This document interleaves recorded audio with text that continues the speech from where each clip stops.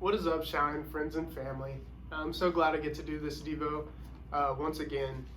And I'm just going to go and talk about a little bit of what I've been reading in Scripture and just what's been resonating in my heart and things I've been listening to and just trying to understand better.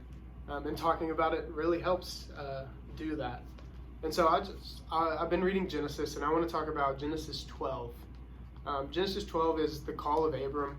It was before Abram became Abraham. And it's a really good passage, and it's really easy to overlook because it's the first book of the Bible. It's Old Testament. And it's like, oh, how does that resonate with me? I'm like, we're in here, and this was so long ago. But I'm just going to read verses 1 through 9, and we'll talk about it.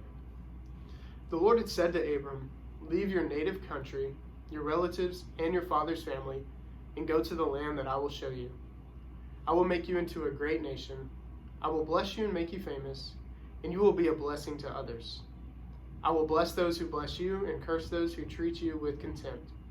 All the families on earth will be blessed through you." So Abram departed as the Lord had instructed, and Lot went with him. Abram was 75 years old when he left Haran.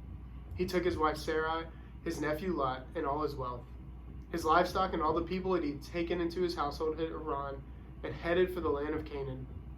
When they arrived in Canaan, Abram traveled through the land as far as Shechem. There he set up camp beside the oak of Moreh. At that time, the area was inhabited by Canaanites. Then the Lord appeared to Abram and said, "I will give this land to your descendants." And Abram built an altar there and dedicated it to the Lord, who appeared to him.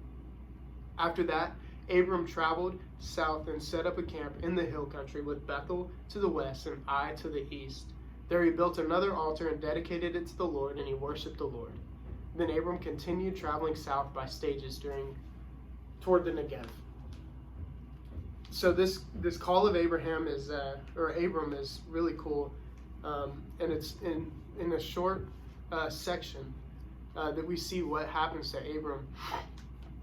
But it's crazy because the Lord was speaking to him, and God said, "Abram, I want you to leave your hometown. I want you to leave everybody you know, and I want you to go to a land that I will show you." So this already goes against everything that we as humans know and believe. We live in a hometown. For me now, it's Louisville, Kentucky. And so it would be like God saying, "Jeremy, I want you to leave Kentucky. I want you to go somewhere else. But I'm not gonna, you're not gonna know where you're going because I'm gonna tell you where to go."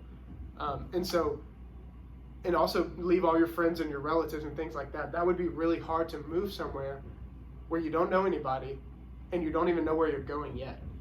But we see Abram in verse 4 do it. He said, and it says, "So Abram departed as the Lord had instructed." And so Abram listened to God's call and God's commands on his life, and he did those things. And he went through and traveled to all these places.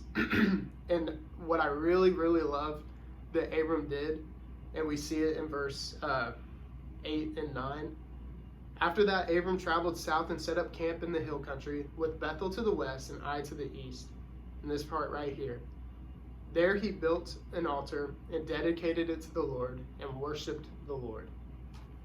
So not only did Abram do what God told him to do, but he also, when he got there, dedicated it to the Lord, made an altar, sacrificed things to it, and worshipped God. He wasn't bitter because he had to leave his family. He wasn't upset or anything, and he might have been, but he knew that God called him to this, and so he must do it. And when he got there, he worshiped the Lord. And so I say all those things to say this bit of encouragement, I guess. God may be calling you to something crazy. He may be calling you to move out to somewhere else. He may be calling you to a new job. He may be calling you to all of these things that make you very uncomfortable. I'm sure Abram was very uncomfortable with this situation, but the good thing is Abram dedicated things to the Lord and he worshiped him, and it was only because of that Abram was able to get through these things. and find peace and contentment through all of this.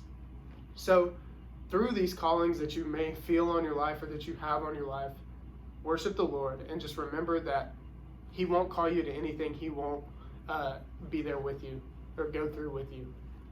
So that's a big thing in my life that I'm trying to work on and think about. So I just wanted to put that on your heart as well. So thank you so much for letting me share that with you.